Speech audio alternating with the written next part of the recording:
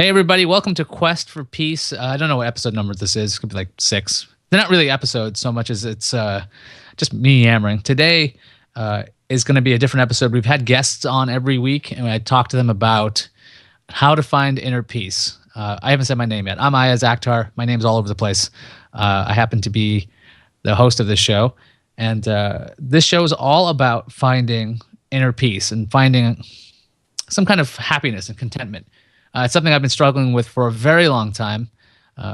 And as opposed to the other episodes where we have guests, it's just going to be me yammering about a couple of things I use or have read that have helped me at least kind of move a little bit forward in my quest for peace. And yes, I know we've had some smart Alex on Twitter saying, do you know that your show's title is the same as Superman 4, Quest for Peace? And to them I say, yes, I do know that because I am a big nerd. And I am a big nerd. So I know that it is the title from Superman 4 because I like Superman 4, not as a movie. I like it as a title. It's really a crappy movie, but it's, it's kind of a fun thing to have. And I thought Quest for Peace is actually what I've been on. So why not do that? So I want to show off something. You guys probably have seen it already on Twitter. This is going to be the album art. If there was an easier way to show this to you, I would do it. This is the easiest way to do it right now. This is the album art done by my friend Tom Gerke. This is freaking awesome. I asked for something that looked a bit like a Soviet piece of propaganda. And really, he came up with something awesome. So when this is out on iTunes and you'll have RSS feed soon, you'll be able to see that beautiful piece of art. I'm really very thankful for that because it's ridiculously awesome, and I appreciate that image because, man, that's going to look good on a T-shirt. I don't know if I'll ever wear a picture of myself on a T-shirt, but maybe I will. So today, like I mentioned, I'm going to be talking about resources I've used to try to get my head together. If you don't know this about me, I am intensely driven and I'm goal-oriented. And the thing is, again, not to sound too full of myself, but I've achieved a lot of the stuff I set out to do. And what happens in my head is that if I've gotten something I want, now that I've gotten it, I'm like, okay, now what do I do? And I usually need another goal. I'm like, okay, I need something else. I need this. I need that. And it's this constant pursuit of something. And in that is a bit of hollowness because if you get what you want constantly, that's not what's happened to me. I don't get everything I want, but there's a lot of things I've wanted to do. When that happens, you don't know how, at least I don't know how to act because great. Now what do you do? And I started asking my friends. I'm like, hey, you're a successful person. You're a dentist. You have a career. You're making lots of money. You have a nice house. You've got a boat.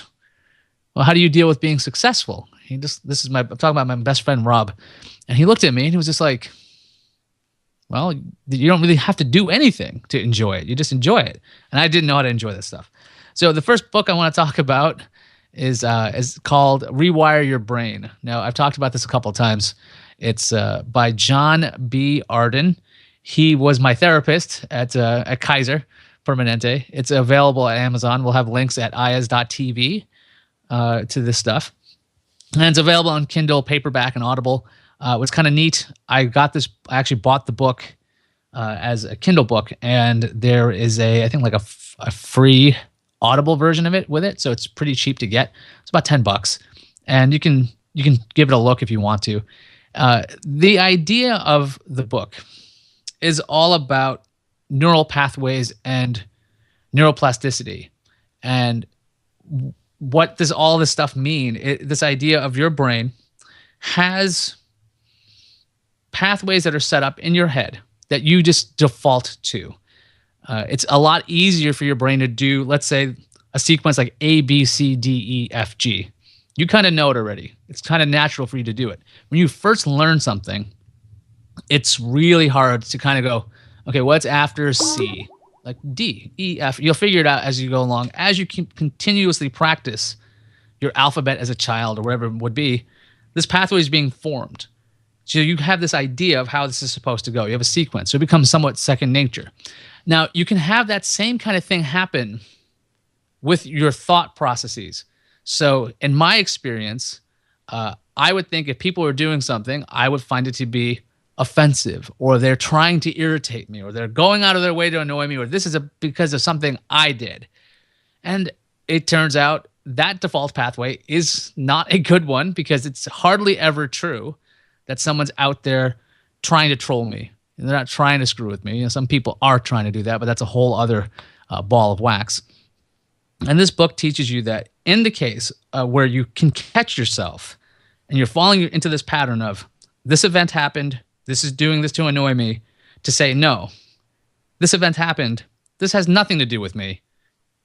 What is actually happening? Let me reassess this. And after a while, your brain starts to go, oh, I know how to do this pattern. I can go and do this pattern a lot easier, but it takes a lot of practice. It's all about practice. Like your body would need to be practiced when it comes to sports or any other skill. Rewiring your brain, as the title of the book, is actually a lot of active work. You have to keep a lot of things going. The book also talks a lot about nutrition and eating. You should have a good breakfast and things to get your brain going in the morning. It talks about exercise. Exercise has been shown to have a tremendous impact on things like depression, and it just generally makes a person feel better because of all the endorphins released.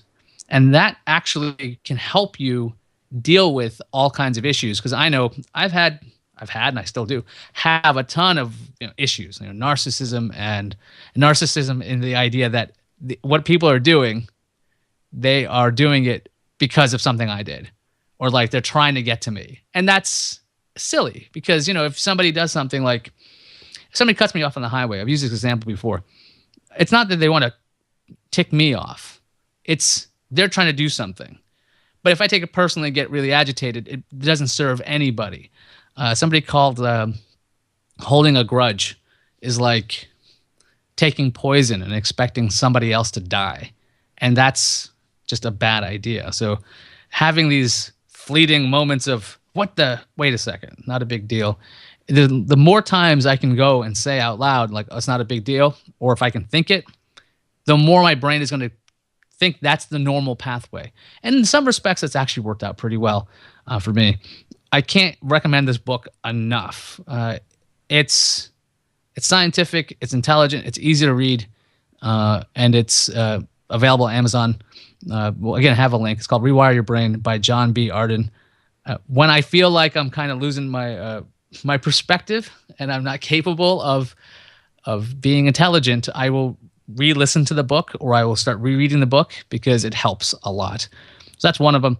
The next book I want to talk about is called Don't Sweat the Small Stuff. It's got a really long title. Let me finish the title. Don't Sweat the Small Stuff, and it's all small stuff. Simple ways to keep the little things from taking over your life, by Richard Carlson. Again, we'll have links, or you can just do a search. I'm going to take a sip of beer. 1 second. All right. That was an exciting beer. Yeah. So this book, I'm going to tell you a story about this book. I was hanging out in Los Angeles. I was waiting for my friend Eric, and he was going to pick me up. And I went to the Barnes & Noble by my hotel. I sat around. I always peruse the self-help section, self-improvement, whatever you want to call it. And so I found this book. It was about, physically, the book's about this big. It's not much larger than an index card. Picked it up. Actually, I picked up a whole stack of books, but I ended up taking this one. I sat down. I started reading it, because I'm just waiting around to get picked up. And these chapters are like page and a half pages. They're really small, simple ideas. And this book, geez, I bought this book. I don't think I bought the audiobook, but I do have the Kindle version of it, because I was constantly taking this book out of the library. I really enjoyed this book. When I first got the book and I'm sitting there at Barnes & Noble, I took my phone out and started taking pictures of some of the ideas in there. Like, this is a good one. This is a good one. And after a while, I was like, you know what? If I'm taking all this information, I might as well pay this guy. It's only $9. It's a really low-cost book. I'm just trying to see what I have bookmarked on my device, because when it comes to this book, Don't Sweat the Small Stuff, it's like the first book I re-download on the Kindle app on any device I have. So if I've gone from an iPad to a Nexus or whatever, when I install Kindle, immediately I put this book on there, because it's actually one of the first books that helped my brain go, oh, I'm making really big deals over really small things. And this book's really about perspective again. If you look at the title, Don't Sweat the Small Stuff, and it's all small stuff. That sounds a little bit glib, right? It's like, oh, it's all small stuff. But if you really think about it, the things in life that are huge are much larger than these day-to-day annoyances, right? You have the situation where you're like, okay, well, this is really burning me up. Let's see. Let me give you an example. What really ticked me off? I don't know. I don't want to. Let's say I have a relationship issue, right? Because that happens to everybody. Getting really annoyed because, I don't know, something dumb happened at the house. That's not really that big a deal. You know, I don't want to start a fight because the alarm clock was set wrong. That's really dumb. Because what are you going to do? You're going to have a really crappy day? Is that what you want to have? Because you still have to think about the next thing. There's still the rest of your life. So you got to figure out how are you going to handle all this stuff. And this book's about perspective. Like I mentioned, this stuff is small. The little things that annoy me, that drove me nuts, were just small things. And I'm realizing that, you know, is this going to matter 10 years from now? Well, I care about this 2 days from now. If it's something that's actually worthwhile, you want to figure out, let's say you have an issue with communication with your significant other, and you're figuring, look, I really do need to figure out a way to speak with you. Now, that is a larger issue. That is something you should discuss at some point. But if it's just like, I don't like the way you speak, that's weird, right? That's not exactly a fight to have. And we are actually live right now at the GFQ, GFQlive.tv. There's a chat room. If you've got questions and stuff, let me know. Somebody's asking, is there a guest today? It's just me, just yammering about the tools I use and the books I read real quick in this little episode. And I'm talking about Don't Sweat the Small Stuff. And I'm telling you, this book, another book I recommend highly. There's a lot of variants on this book. Richard Carlson has one for relationships and others. The other big sticking point in my head with this book was this phrase: everything that's already happened to you is already over. And I was like, when I read that statement, everything that's ever happened to you is already over, was this call to be in the present. Because otherwise, if you're like, oh, I remember when I was in high school and I had glory days. I didn't have any glory days in high school. Or I was in college and I did really well. Or like some people, sometimes they live in their head and they're just saying things like, oh, it'll be great one day when I retire and move to Hawaii and I'm on a beach. It'll be great one day. And they're planning the future. Like, but what you're doing is you're not actually living if you're still thinking about the past and worried about the future all the time. Yes, we have to plan, and yes, we have to think, and we should reflect. But even the best experience you've ever had, it's already happened. And the worst experience you've ever had, it already happened. And so when you start thinking of that, you start, at least in my head, this is what started triggering in my head, like, okay, wait a second. That's already happened. And I'm still here, so it's not like it caused death. It's not that impactful. What do I do now? What do I do right now? I can choose to continue to reflect on the past, something that either irritated me, and then seethe and get upset, and then cause the rest of the day to suck, which is not fun. I don't want to have this idea where the rest of the day is bad because I had a bad instance. I always call it like a stubbing my toe. I always say that's an example. You know, you can set up a bad mood. And that kind of thing is so minor. It's not like a broken leg or something. So people, they get worked up over these little things.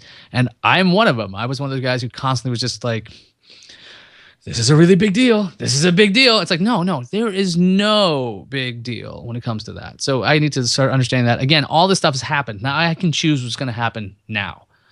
And that statement of everything that's happened to you is already over, that is helpful for me.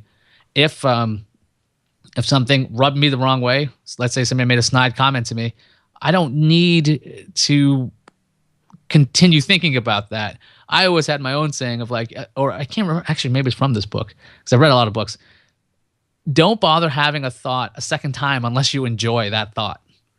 And I was like, okay, that's an interesting idea, because if you want to keep rehashing a fight you had or an argument or whatever it would be, or a bad experience, you got splashed when you're waiting for the bus, there's some rainwater, unless you really enjoy that experience, why are you making yourself relive that situation? Because you don't need to do that. Now, granted, there could be some cases where it's very hard to disengage your brain to do that. But if you can and you're aware of it, do yourself a favor and realize, wait a second, you should be thinking about other stuff that can make you happier, because sticking to the past and getting irritated about stuff that's already happened, that's all over. Everything is over, which is kind of an odd thing. And that's Don't Sweat the Small Stuff from Richard Carlson. Big fan of that book. Again, I can't recommend that enough. Then there's a blog that I check out. I checked this out a long time ago. By a long time ago, I mean maybe like 5-6 years ago, I want to say. It's called Zen Habits. I'm sure you guys have heard of it. It's by Leo Babauta. I actually don't know how to pronounce the guy's name. I've never actually heard it because I've only read it. So now we're going to find out if it's right or not. And in the post that is actually up right now on the screen, it says simplifying is painful. Now this fellow, as far as I know, has made a lot of life changes to be somewhat of a minimalist. He's trying to find inner peace as well. He has children. He wanted to be healthier. All the things that I aspired to do as well. It's like, hey, yeah, I can relate to this. And what he did in his latest post is saying simplifying is painful. And I find pretty much everything this guy writes is somewhat inspirational to me, or I aspire to have such clarity of thinking at times. This post is about the projects he has put on hold in order to put all his focus on a book he's writing. Now, he's stopped a blog he's done. He's stopped studying Spanish. And this idea is really about simplifying. Does require a bit of sacrifice. And if you're willing to do that, that'll help you. Now, again, Zen Habits goes all over the place when it comes to its topics, but I'm just going to focus on this one right here, right now, because this is the one I have up. And this is similar to the way I think as well. This idea of you got to prioritize what you're doing. And if you don't prioritize the most important things in your life, and you're prioritizing things that don't make you happy, what are you doing?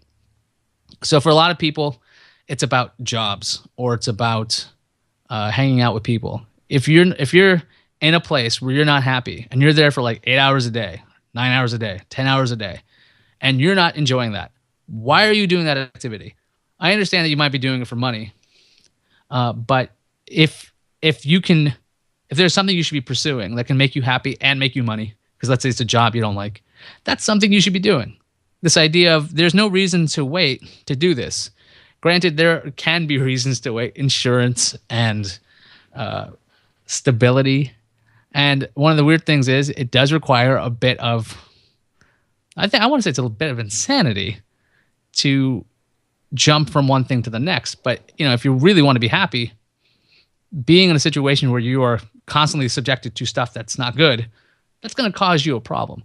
So you got to simplify. You got to figure out what's important, and you got to figure out how are you going to do this, because it's not that easy. Like right now, I commute to San Francisco from Petaluma, which is a very long drive. And my long-term plan is to move closer to work, because the commute is not something I enjoy. Now, currently I own a house, so I'm setting all that up so I can be closer. But the idea is I don't enjoy the commute. I try to do things that make my brain happy, but it's not the 4 hours a day because I'm going in a round trip. I don't want that time being eaten up with that. I want to spend that time doing other things that are much more pleasurable. I want to work out. I want to maybe even cook for myself, because I hardly get to cook because I get home, it's late. I'm just going to grab something and then I'm going to go to sleep. Like it's not a very fulfilling amount of time. And so that kind of commuter culture that's very popular in general, I never quite liked it. But the idea of move closer to work, don't have a scenario where I have to be stuck in these scenarios where I didn't like it. Another thing I hated doing when I had a different home, I hated mowing the lawn. I thought about this. I'm like, an hour and a half every week, I do an activity I cannot stand. I don't care about the lawn. I don't care that I need to water it. I don't care that it needs to look a certain way, but I do this every freaking week. I would go out there and mow. I think it was like a third of an acre or an acre and a third. I can't remember because it's been a long time. It's a big freaking lawn, and I'm going out there with the push mower and mowing and mowing and mowing. And I'm like, this is really terrible. What am I going to do to make this more fun? Because if I'm going to do this, I'm going to make this something I enjoy. This is something I've been trying to do in general. This is something, again, I got from zenhabits.net. Or Leo talks a lot about just enjoying what you're doing. And I want to do that. And so what I would do with the lawn is I would start designing patterns in there.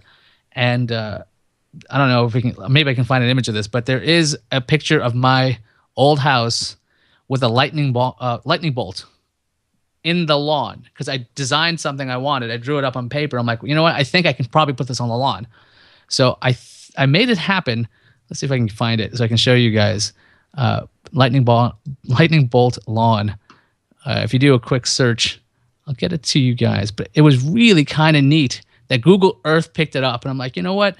That's pretty cool because I hated coming home and seeing that lawn. I'm like, you know what? I'm going to come home and there's going to be something really cool on there. And there's a big freaking lightning bolt on there.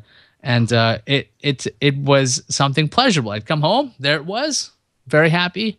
I never got to try a star pattern like I wanted to. A lot of math involved. And yeah, you can see the lightning bolt right now if you're watching the video of this. It's folks asked me across the way, they're like, are you a Tampa Bay Lightning fan? It's like, no. I just wanted something cool. And I think one other neighbor actually did another pattern of their own. I didn't expect it to become a thing that everybody would do, but I liked it.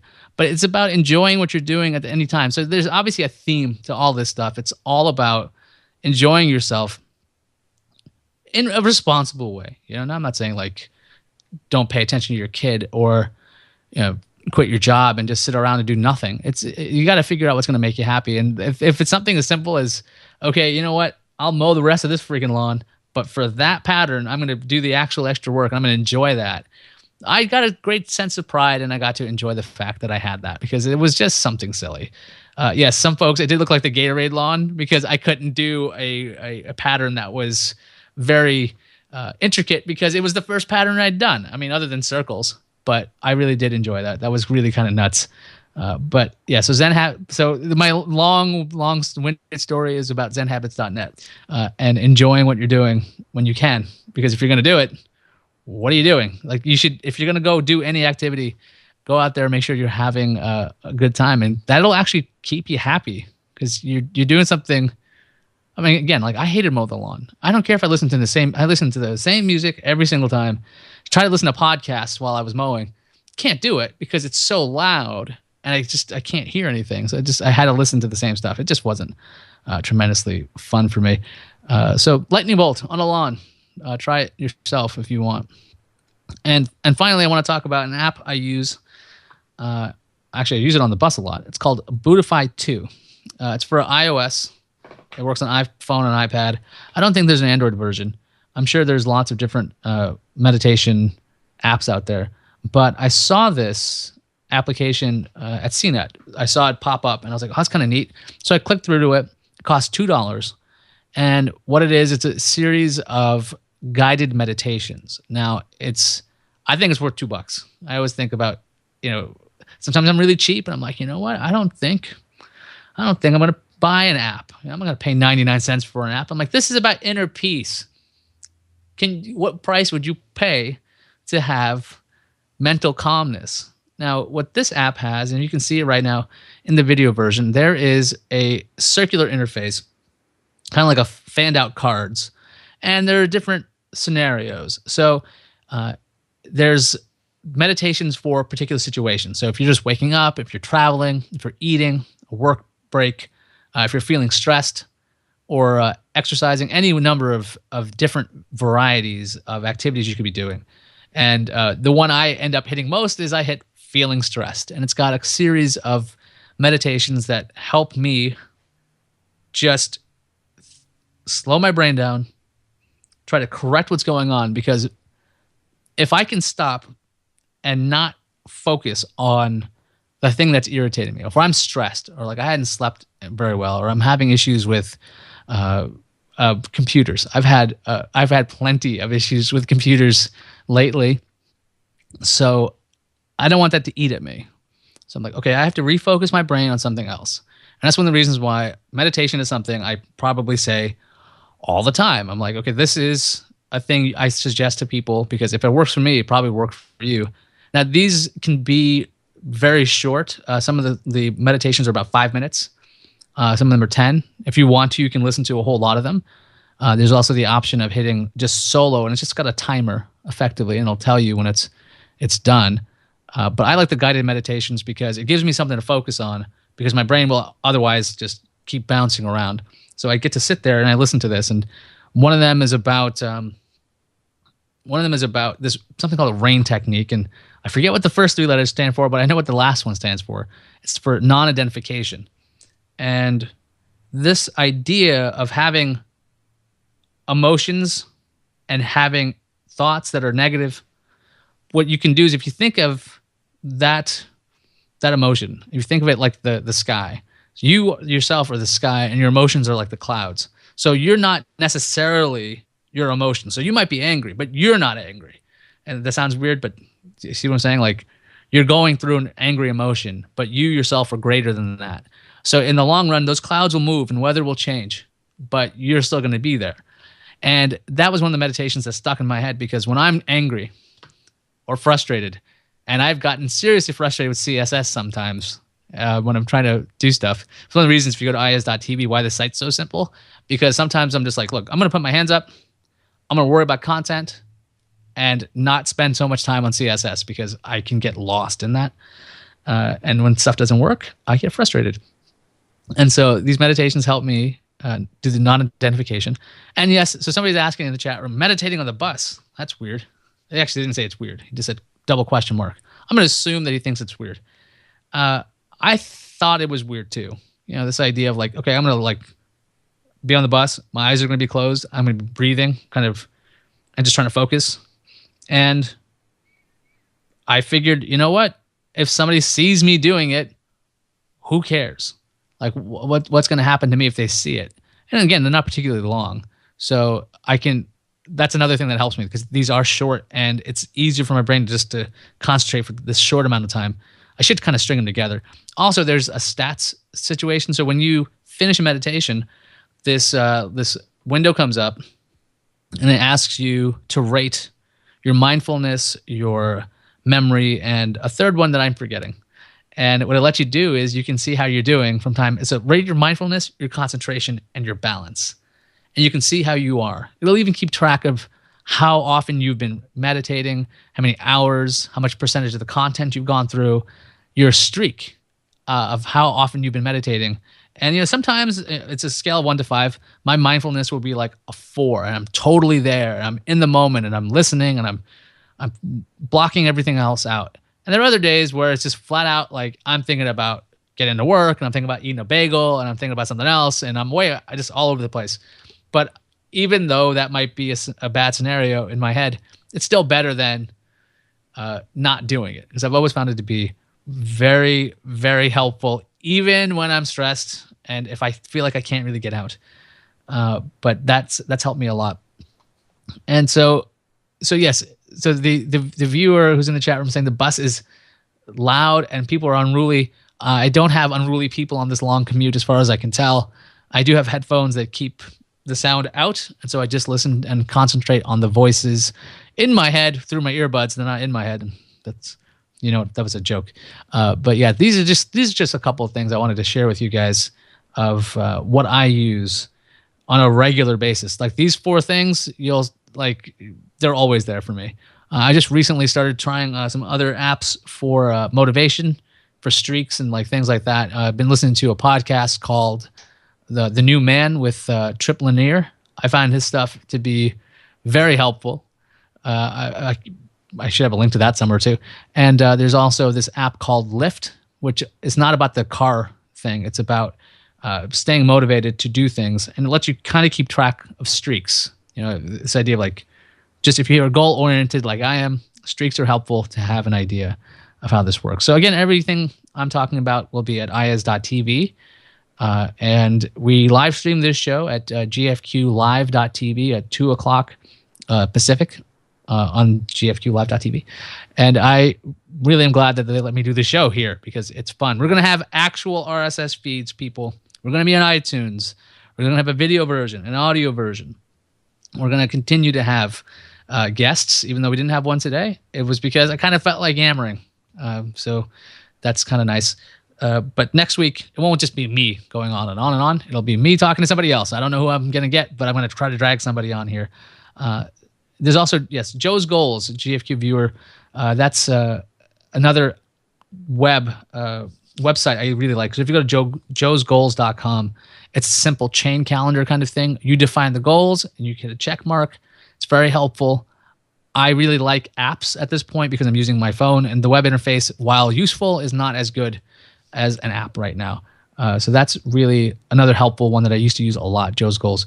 So feeds are coming. Guests are coming. We've got graphics. We've got an awesome, another thank you to Tom Gerke for making the awesome logo for us. And I think that pretty much wraps it up for me. I'm going to let you guys, I'll just keep yammering about one more thing of, I don't know, pretty much, I don't have a signature sign off, I don't have something like that. And I will stick to the one I've been saying, but like there's no strength without balance, right? If your life isn't balanced and you're in chaos, it really can cause a lot of discord in your brain. And you need to find out what works for you. It's going to be different for every person. I've recently gotten back into indoor rock climbing, and that completely takes my mind up, which I really enjoy. So that might be something that you enjoy too, but think of things that will feed your soul, I guess, things that will make you happy. So if you have a balance of, sure, there'll be irritations in your day, but if you can balance that out with good things, it's on average good, and then you'll feel better. It sounds very simple, but it's very hard to reach balance. But I guess good luck to all of you, and thank you for watching and or listening. I will see everybody next week on Quest for Peace with me, Iyaz Akhtar. Bye.